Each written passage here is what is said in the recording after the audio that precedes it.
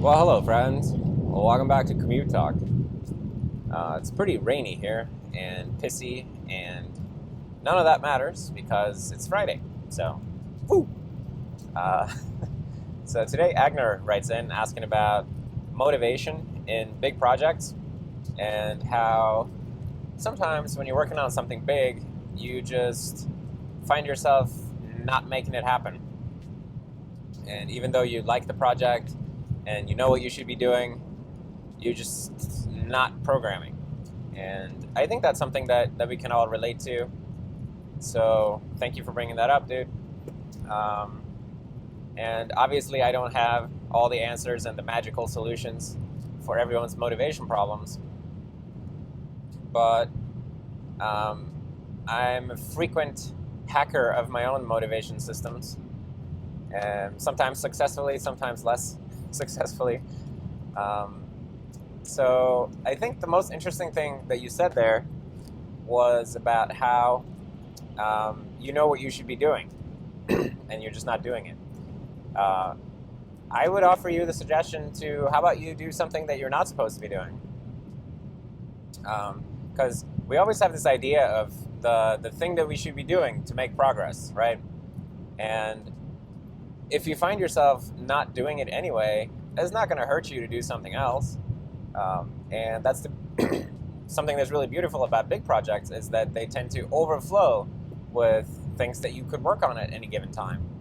And if you find yourself lacking in motivation or just not even starting on anything, then maybe allow yourself to do something silly or unnecessary or premature, because you got to do those things sometimes to replenish your drive for the other stuff, because your personal projects are not work, so it's okay to not treat them like work, right?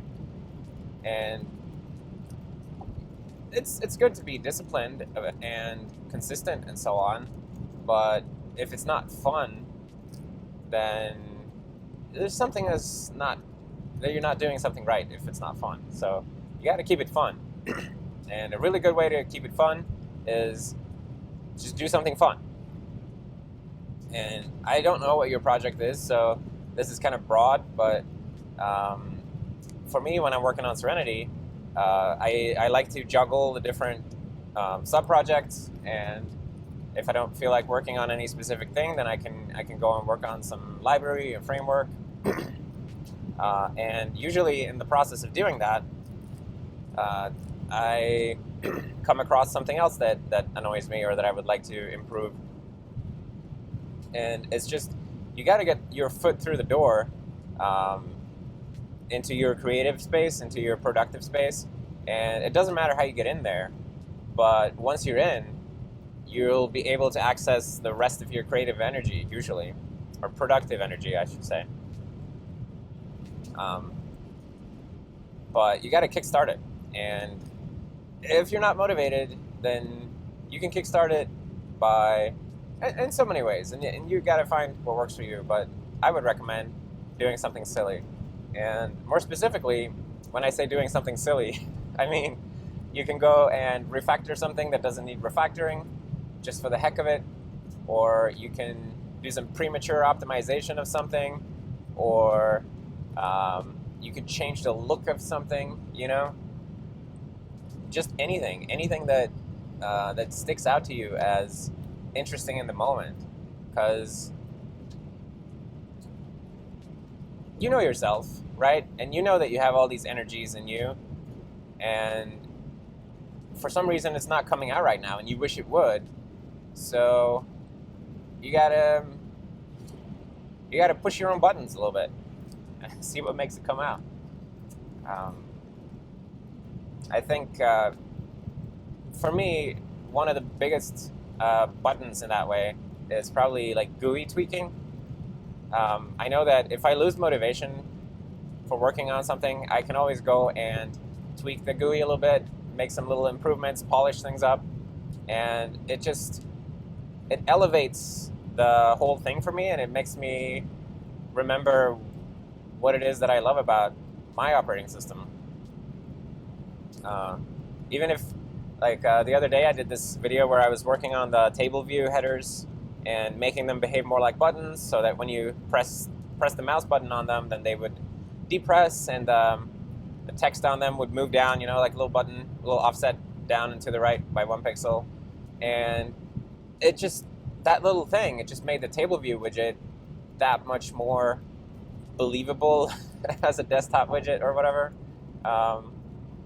And it does something to me, like seeing that type of little polish and quality improvement makes me feel a surge of new motivation, I guess.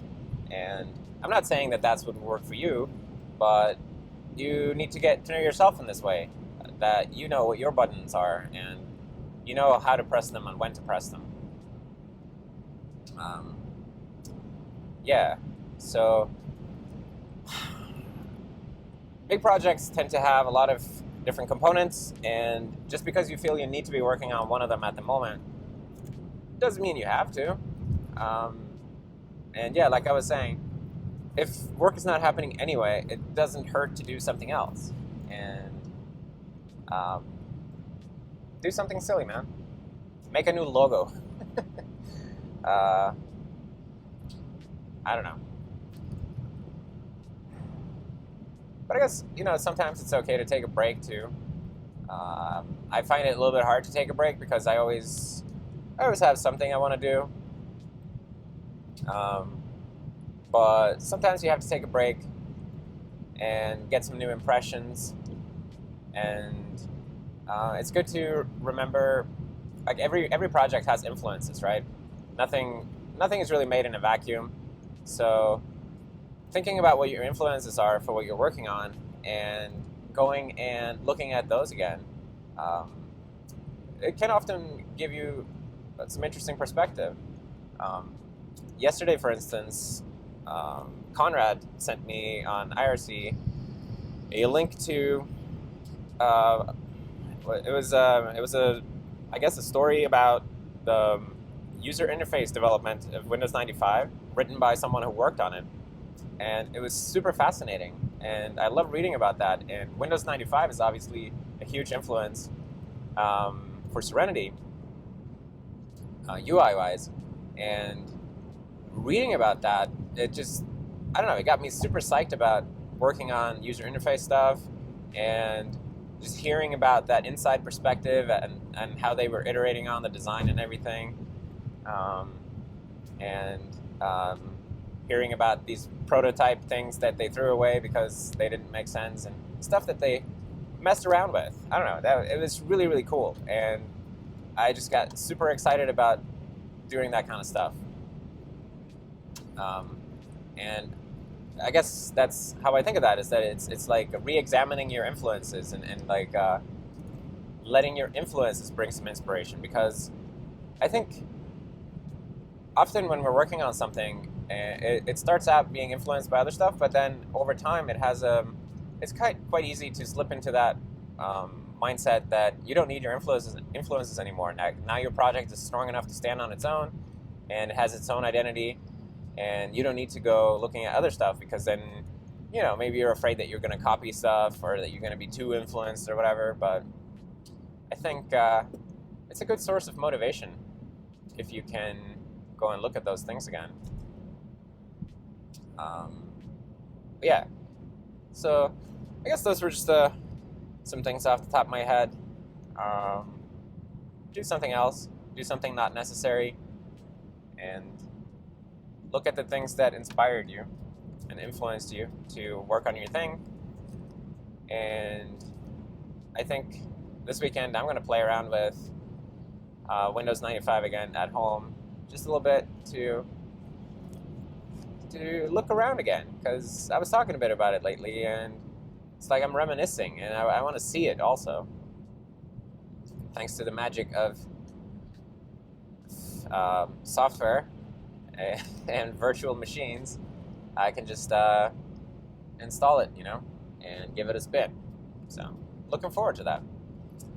Anyways, Guess I'm out of things to say here, so I'm just gonna say thanks for hanging out with me on the commute, and I hope you all have a great day and a fantastic weekend, and I will see you next time. Bye.